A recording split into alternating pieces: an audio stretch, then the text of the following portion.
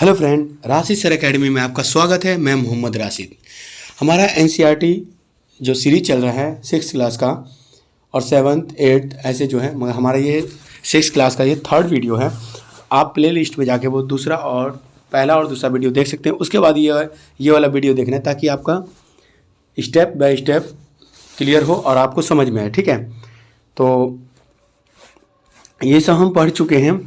Chapter का नाम क्या है?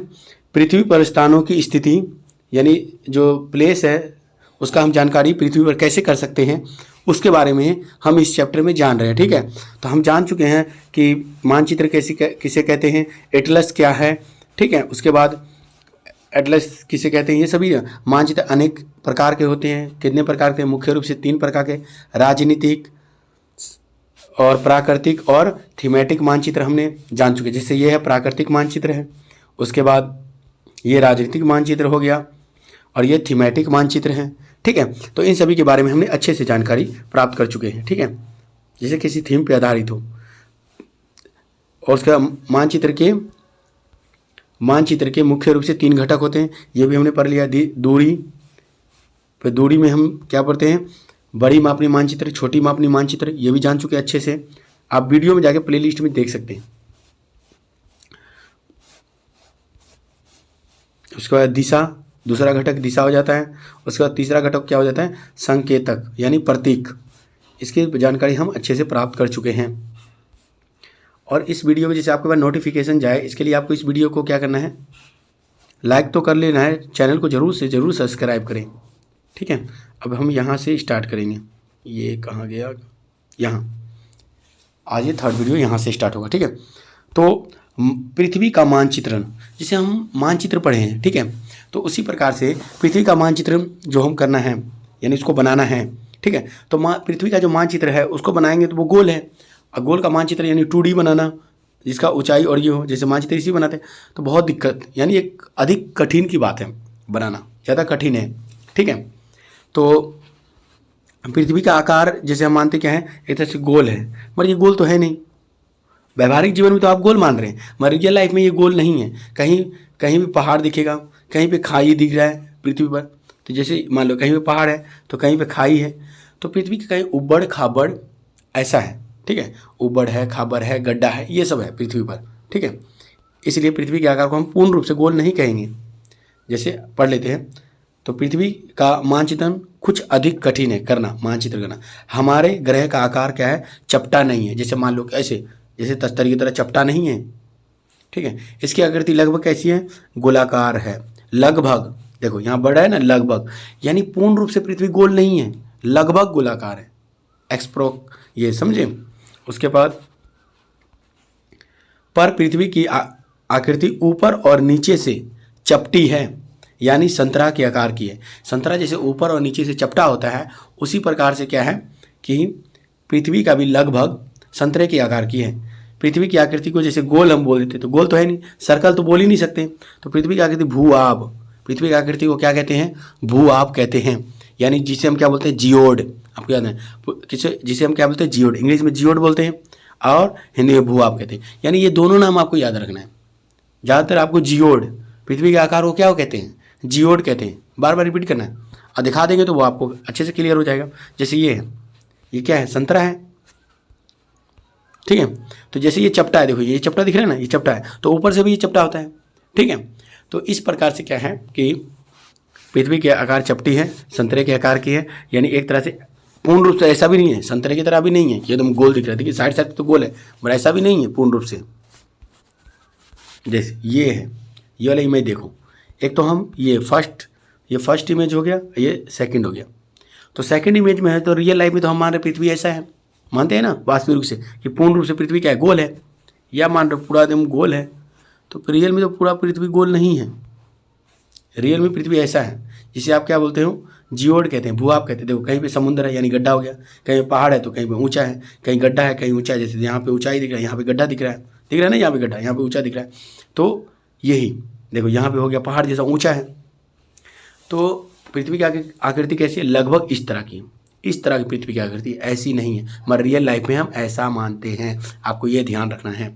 ठीक है, तो पृथ्वी की आकृति लगभग इस तरह की है, जो 1 नंबर इमेज हमने बनाया था। ठीक है, इसी को हम क्या बोलते हैं,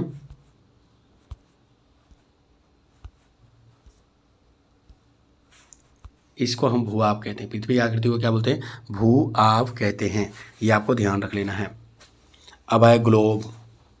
ग्लोब किसे कहते हैं, तो सबसे पहले हम समझ लेते हैं ग्लोब, जैसे पृथ्वी के प्रतिरूप को हम ग्लोब कहते हैं। आपको पता है पृथ्वी का जो प्रतिरूप है यानी उसका इमेज है, एक तरह से इमेज यानी एक 3D मॉडल, जैसे 2D नहीं, इमेज तो वो हो जाएगा 3D मॉडल जिसकी लंबाई हो, चौड़ाई हो, ऊंचाई हो, ठीक है, तो उसको हम क्या बोलते हैं, ग्लोब कहते हैं। हमारे एक उदाहरण से हम समझ लें, जैसे आपका जैसे फोटो या वीडियो बनाते हैं, अपना फोटो खींचते हैं, आपने कैमरा लिया उस फोटो खींच लिया, ठीक है, कैमरा या फोटो जो आपका वो दिखा प्रतिबिंब है, रियल में तो वो आप नहीं है, वो क्या आपका फोटो है, वो आपकी तरह दिख रहा है फोटो में, तो वो क्या प्रतिबिंब है। सेम जो हम ग्लोब देखते हैं वो पृथ्वी, रियल में तो पृथ्वी नहीं है मगर उसका क्या प्रतिरूप है, उसी को हम क्या कहते हैं, ग्लोब कहते हैं। चलो समझ लेते हैं, पृथ्वी के प्रतिरूप को हम क्या कहते हैं, ग्लोब कहते हैं। उसका प्रतिरूप जो है उसको हम क्या कहते हैं, ग्लोब कहते हैं। यह पृथ्वी का लघु रूप है, यानी पृथ्वी का क्या है, ये एक छोटा सा रूप है, यानी पृथ्वी का एक नमूना है। और भी शब्दों में बोलते हैं पृथ्वी के नमूना को हम क्या बोलते हैं, ग्लोब कहते हैं, उसके प्रतिरूप को ग्लोब कहते हैं, ये याद रखें। यह त्रिविमीय यानी 3D गोलाकार मॉडल है, ठीक है।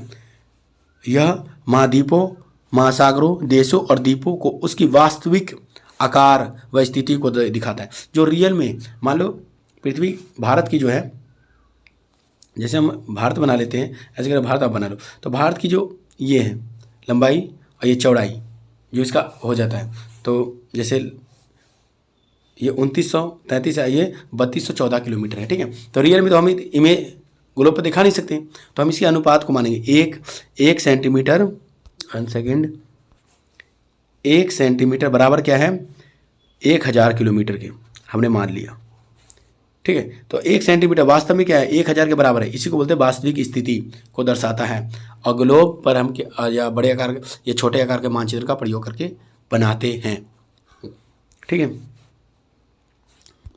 ये आप देख सकते हैं समतल मानचित्र की तुलना में, जो समतल मानचित्र आप बनाते हैं की तुलना में भूगोल का बेहतर प्रतिनिधित्व करता है। यानी ग्लोब क्या करता है, समतल जो आप मानचित्र बनाते हैं उसका प्रतिनिधि कौन करता है, ग्लोब करता है। भूगोल जो पृथ्वी का भूगोल जो हम उसको जानेंगे पृथ्वी कैसा है, तो उसका बेहतर प्रतिनिधित्व कौन करेगा, तो ग्लोब करेगा, ठीक है। ये आपको ध्यान रखना है। ये देखो, ये जो है छोटा करके देख लेते हैं, ये क्या है, ये है ग्लोब। ये क्या है, ग्लोब है, पृथ्वी का प्रतिरूप जिसे हम ग्लोब कहते हैं। जिस तरह से रियल में पृथ्वी झुकी हुई है, ऐसे अपने अक्ष पर झुकी हुई है, कितना, 23.5 डिग्री, कितनी झुकी हुई है, 23.5 डिग्री अपने अक्ष पर, ये अपने अक्ष पर 23.5 डिग्री झुकी हुई है। उसी प्रकार से ग्लोब पर भी पृथ्वी को देखो, ये जो है ना ग्लोब पर, ऐसे कोई पृथ्वी के अंदर से कोई छोर नहीं गया हुआ है, रियल में कोई नहीं है, मतलब वो झुकी हुई है, जिसको दर्शाने के लिए ये इसको सुई की तरह, इसी को हम अक्ष बोलते हैं। ये जो है ये, इसको हम क्या बोलते हैं, अक्ष, अक्ष, अक्ष बोलते हैं। तो ये जो 23.5 डिग्री है, कितना है, 23.5 डिग्री है, ठीक है। तो पृथ्वी के हम प्रतिरूप को क्या कहते हैं, ग्लोब कहते हैं। अब अच्छे से समझ लेना है, इस पर 2 तरह की लाइन दिख रही हुई है, ये एक ऊपर से नीचे, ठीक है। इसको अभी हम आगे समझते हैं, ठीक है।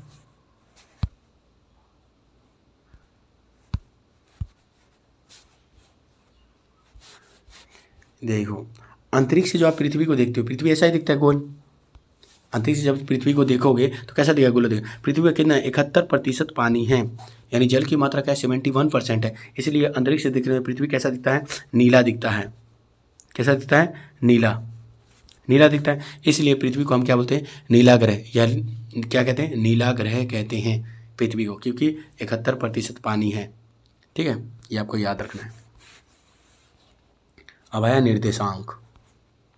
निर्देशांक किसे कहते हैं, सबसे पहले तो हम एक एग्जांपल समझ लेते हैं, फिर अब पढ़ लेंगे। जैसे मान लो कि ये आपका, ये एक रोड है आपका, इधर आपका घर है, ठीक है, इधर भी घर है, ठीक है, ये घर है, तो ये घर है, ये मान लो ये रोड है और ये घर है, ठीक है। ये क्या है, पश्चिम है, और ये और ये पहला हो गया, ये दूसरा हो गया, ये तीसरा हो गया, ये भी पहला, दूसरा, तीसरा, ठीक है, इस तरह से है।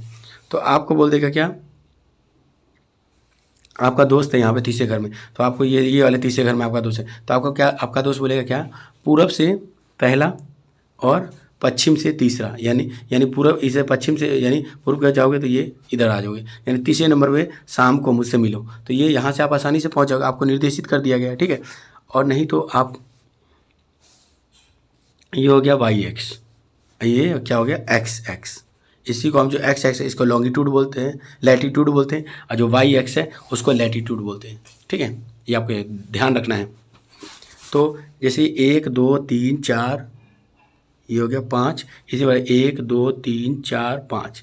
अब बोलेगा क्या, आपका दोस्त बोलता है मेरा घर वाई से दूसरे नंबर पे है और एक्स से तीसरे नंबर पे है, तो आप यहाँ जाओगे, एक्स का ये 3 लोगे, अब वाई का 2 लोगे, एक्स का 3 और वाई का 2, तो ये निर्देशित किया, इसी को हम क्या बोलते हैं, निर्देशांक कहते हैं, समझे।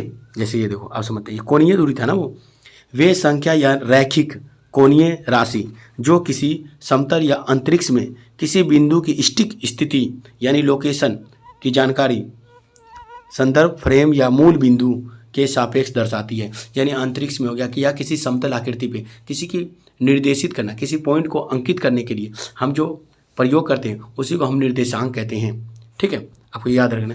चलो, वो सही से नहीं भी समझ में आया हो तो बार बार उस वीडियो को देख लेना है, आ जाएगा।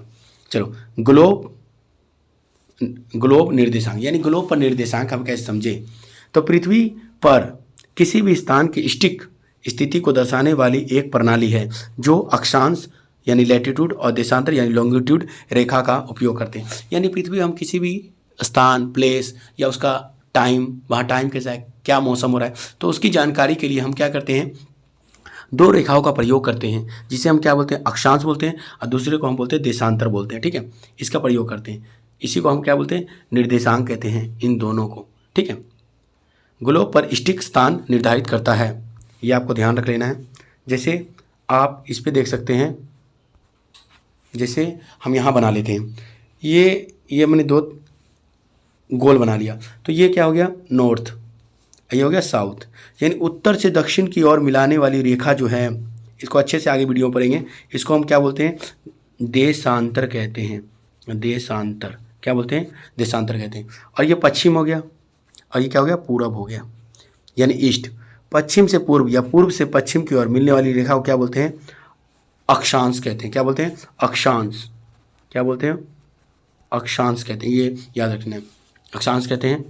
ये देखो, इन दोनों को एक साथ हम ऐसे, पृथ्वी रियल में तो ऐसे दिखेगा आपको, जैसे किया मैंने, तो ये रियल में तो ऐसा पृथ्वी कोई लाइन नहीं दिखे, आप ज़मीन पे खड़े हो तो कोई लाइन दिखता है, नहीं दिखता आपको, कोई ज़मीन पे कोई ऐसी रेखा नहीं है। ये क्या है, काल्पनिक रेखा है, काल्पनिक, इमेजिनरी, जो हमने माना अपनी सुविधा के लिए कि यहाँ पे टाइम क्या हो रहा है, ये एक दूसरे को काट रहा है, तो यहाँ पे टाइम क्या हो रहा है, यहाँ कौन सा देश है, कौन सी रेखा गुजर रही है, उस रेखा को देख कर वहाँ के टाइम और पता कर लेते हैं। देशांतर से हमें क्या पता चलता है, समय की जानकारी मिलती है, और अक्षांश से क्या पता चलता है, वहाँ जलवायु कैसा है, उष्ण कटिबंधीय यानी गर्म जलवायु, शीतोष्ण कटिबंधीय यानी ठंडी जलवायु है।